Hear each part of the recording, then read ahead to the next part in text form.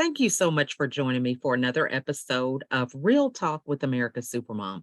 I am excited to have my next guest here. We actually just met right before we hit record. So I'm excited to have Chris here with me today. He is an author, and we're going to be getting into what this book is all about. But before we do that, I want to give Chris the opportunity to introduce himself. So, welcome, Chris, to the show. Hi, thank you for having me. You are so welcome. So tell everybody a little bit about you before we get started. So I'm Chris McMichael, born and raised in the Deep South, Mm, and then moved to Colorado like 12 years ago. okay. And, just living the good life. Noticed a bunch of how men were being talked so poorly about. So I Okay. ended up writing a book called Male Oppression. Oh, And love that. it's about how men have also been oppressed throughout history. And it's just bringing some of that to light. Wow. Now that's awesome and quite a brave move to make, I would say, because although this is a topic that you feel is very prominent, but I'm sure taking such a stance about that, there probably was a lot of people that might have disagreed, or maybe they just didn't want to talk about it. So, how did you handle such a kind of confrontational type of topic? Well, we actually just put in the historical facts, Mm, going back to the age of cavemen, mm-hmm, where they had to go out and kill animals that were 20 times larger than what they were, mm, where the cows were 7,000 pounds and and were aggressive and could easily kill people. And, mm-hmm, how they found uh, like puncture wounds in mammoths mm-hmm, where they had gone up with spears and were stabbing these giant elephants. mm. And while the women got to stay back in the caves and raise the kids and deal with that situation, the men were actually out risking their lives, Mm-hmm. all the way up to modern times where, men have always been on the front lines of the military and things Mm-hmm. like that. But That's we honestly haven't gotten a lot of pushback from it, surprisingly. oh, okay. Yeah, Uh, I think anytime, sometimes the truth is a hard pill to swallow. So that's why, I talk openly about depression. That was my journey. And although it's a topic that a lot of people are like, yeah, we need to talk about it, it's still a little taboo, whether you feel like you might be depressed or you overcame it, it's still kind of a touchy topic. So that's what my idea was. But I think that's amazing that well, and it's been well received. and we also go into depression in the book Mm-hmm. because men are much less likely to get diagnosed with depression than Mm, females are, mm-hmm. because what females do tend to seek that out more.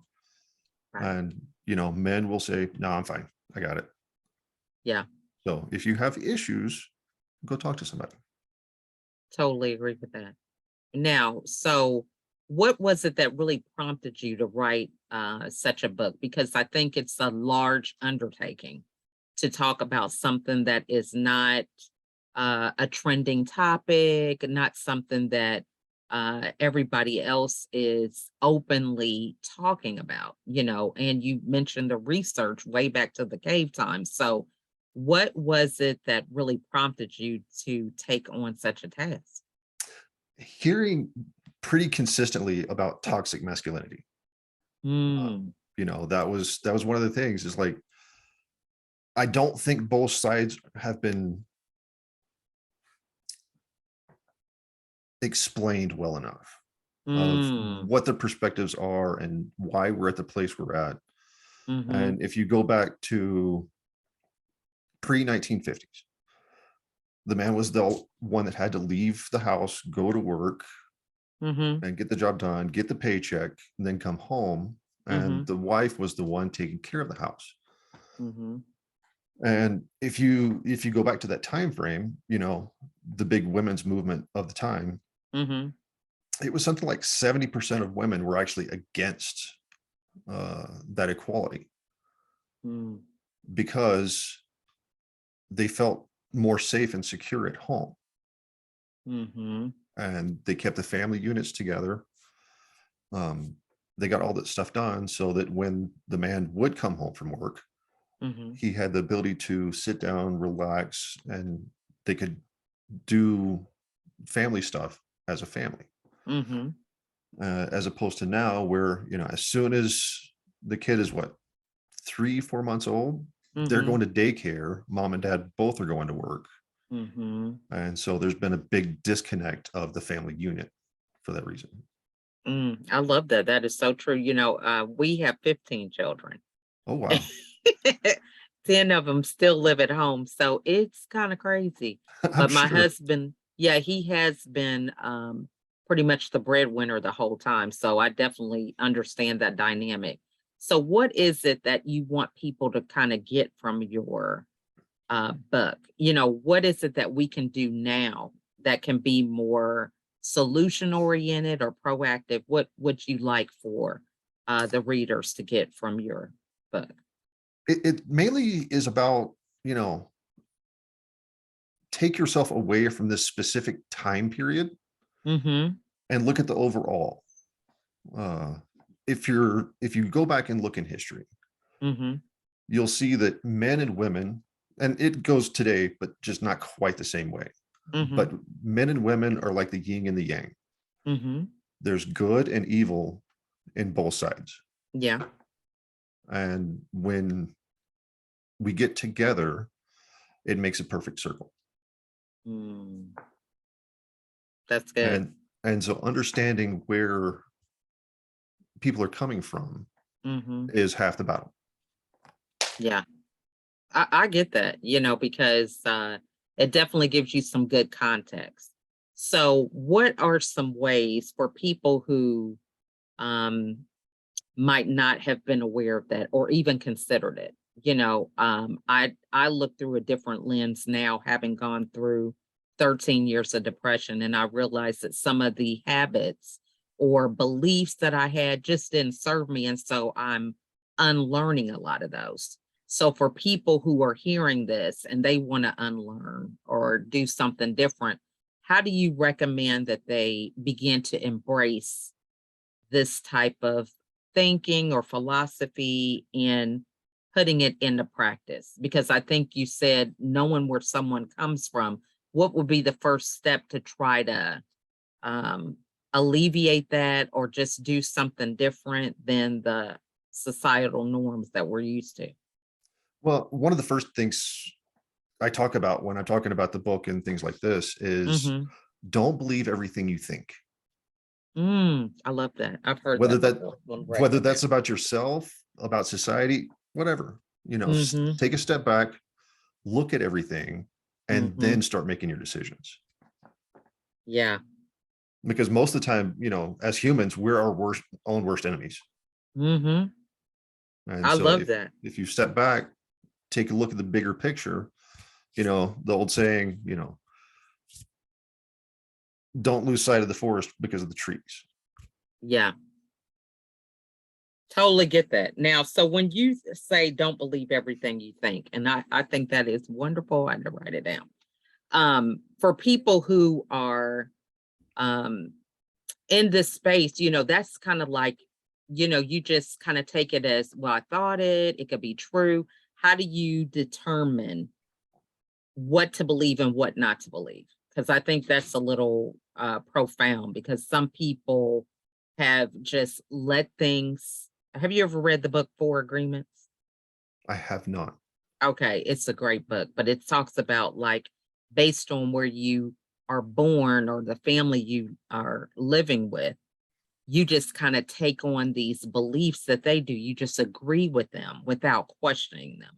So when you say don't believe everything you think, what are some ways that we can be more proactive to kind of discern if this is something we should be thinking or believing? Does that question make sense? Absolutely. Okay. So really take a step back Mm-hmm. and think about what you're seeing, and think Okay. about what you're thinking about. Okay. So rash decisions very rarely work out well. Mhm. And it's the same with people.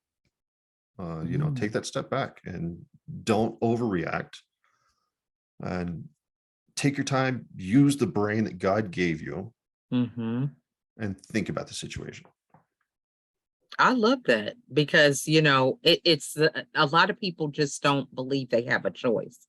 Right. I was reading and it was talking about how most of the problems we have are because we have mindless behavior. So most of the things that we do, we're kind of like sleepwalking through life. The conscious choices, we miss those opportunities because we're engaged in mindless activity. Like if you're watching TV and eating a bag of chips, you look up and you've eaten the whole bag, even though you just wanted to get a handful, stuff Right. like that. So I love what you're saying, but for a lot of people, breaking up that pattern is the challenge. So for you and your daily activities or routines, what is something that you practice that helps you to build that muscle to get out of that mindless thinking or, just having the time to think? It's really kind of just changing your mindset and Mhm. saying, I'm going to start looking at people different. Mm. And I'm going to start looking at situations different. I'm going to take that break. And then after you see, at night, sometimes if something big happened, get home and Mhm. really reflect on it.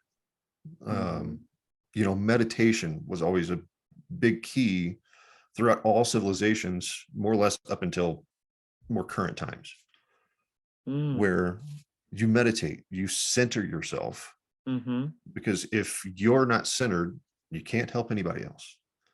So true. I mean, I lived that. I was We thinking all I was do. helping everybody. Okay.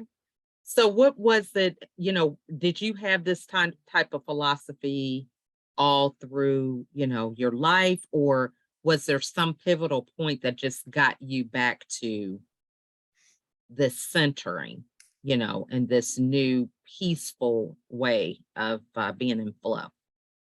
It's kind of been always a part of who I was, Hmm. but really after having kids, it got much more pronounced. That will do it. Okay. Take that break. Yeah. Yeah, that's good. So do you think it's really more from wanting to be the best example or just giving them space to nurture them in the way they should? What was it you think that was um I the really think caveat for that? I really think that, people in general Mhm. live too fast. Mhm. And so, being more patient with our kids, with our friends, with our family Mhm. will never do you wrong. Yeah. And so, we go into a lot of statistics in the book Mhm. about anxiety and depression, and how it's not statistically, it's not as prevalent in men as it is in women. Mhm. Mhm. But that's because women go and seek that help when they start to feeling certain ways. Yeah. And, even if you're not getting professional help, if you have a Mhm. circle of friends around you, talk to them, open up, because they're feeling the same way, Mhm. or have brought themselves out of it. Love that. I'm fortunate that I have a great group of men around me Mhm. that always have my back. Mhm. And so, I get to rely on them, and they get to rely on me. Mhm. And so, I love that. And it's always about your circle, your tribe, because we're not an island. We can't do it alone. So I totally agree with that. So I'm just going to rewind a little bit about the portion of thinking, how you said, just begin to pause and just think about it. So for people who are not used to thinking, and this is crazy, but it's the truth. Okay. We just are in this uh, we are reactive more than responsive. correct. So for someone who realizes that they don't really think, you know, what would be the best course of action to start that? How do you start thinking, rather than just being reactive? I would actually say that that's where the meditation really comes in. So if you start Okay. on the back end and then Mm-hmm. start working towards where you want to be. Mm-hmm. So if you go home, sit in a recliner, no TV, and just think about a couple of things that happened during the day Mm-hmm. and really analyze how you acted and what you Mm, might have been able to do different. And it doesn't have mm-hmm. to be anything catastrophic. Driving home from work, Mm-hmm. be like, could I have gone slower? Could I have done better? And then inch by Mm-hmm. inch, it just integrates into your daily life. I love that. Yeah, that's the good stuff. So, what have you found that has really helped you with slowing down? I know that I have loved during the pandemic. It's kind of bittersweet. We did lose family members during this COVID and things like that. But in our household, it really has been, for the most part, a revolving door. Someone's going to work, someone has practice, someone is doing whatever. So when we had the pandemic, it was like everything just stopped. It was family and getting back to some of those core values. But with slowing down, what is it that you believe has been your greatest benefit to have that Well, I mean, like you practice? said, like you get closer to the people that are close to you, Mhm. right? Because, during the pandemic, we were all kind of in the same boat for a long time. I still had to go to work, but Mhm. we were in the same boat where, there weren't after school activities. There wasn't going to Mhm. school. There wasn't all this other stuff. Mhm. And so we got the ability to remember, even though most of us never understood it in the first place, because Right. family has been so strained, Mhm. but it gave us a opportunity to look and see what a close-knit family would look like. Mm. And for some of us, it looked fabulous, and for some of us, it did not look good at all. Yeah. Um, but the ability to really get to know the people that you live with. Mhm.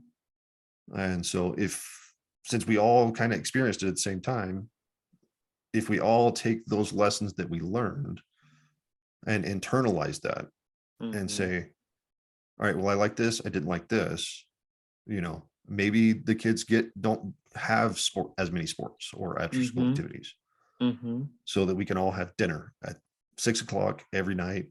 Everything's good. Mhm. Um, like me personally, my wife didn't got laid off at the Mhm. beginning of the pandemic.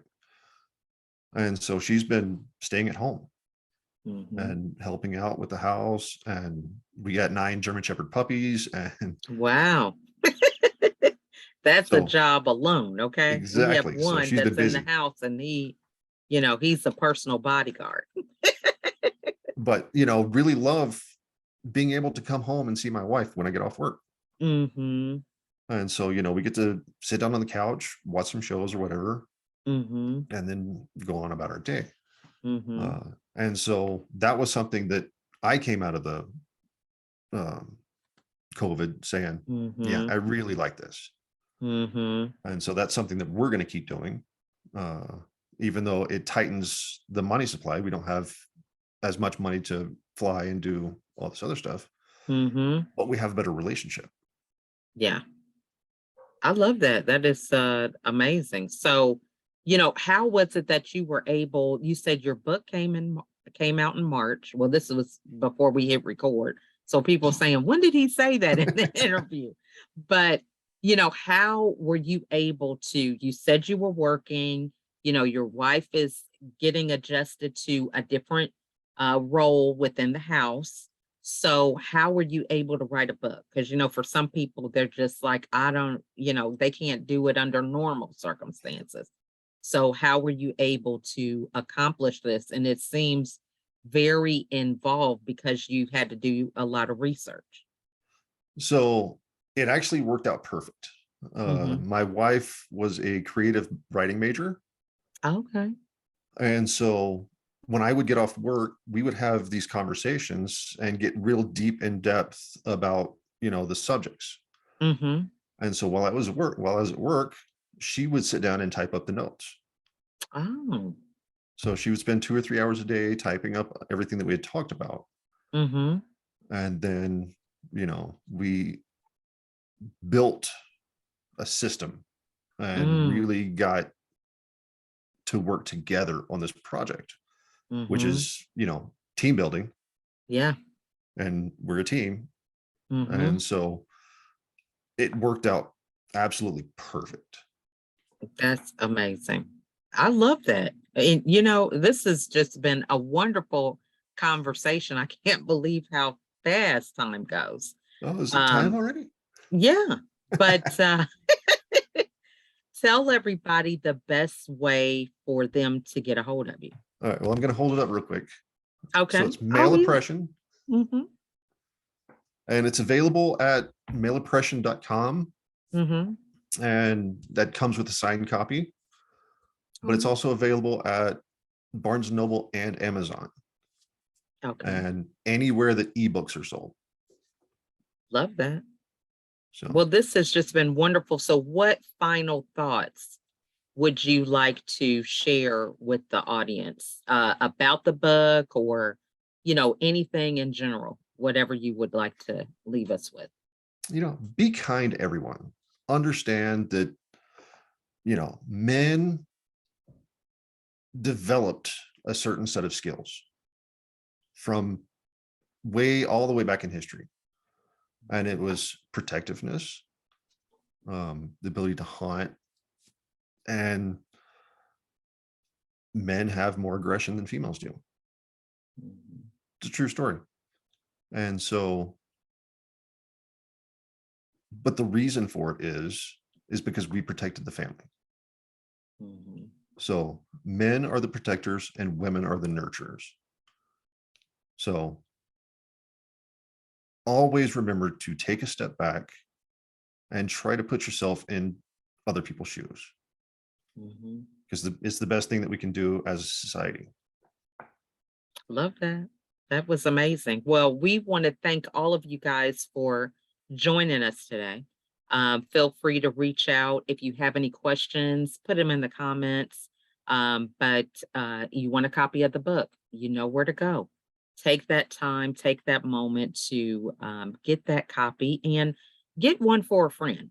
I think one of the things that we take for granted is, we tell everybody about something, but just get a book for somebody and share this video. So thank you again, Chris, for coming on. Thank you for And having me. you are so welcome. And we wish you the best and much success with your book. So again, thank you guys for watching, and we will see you all on the next episode. Bye for now.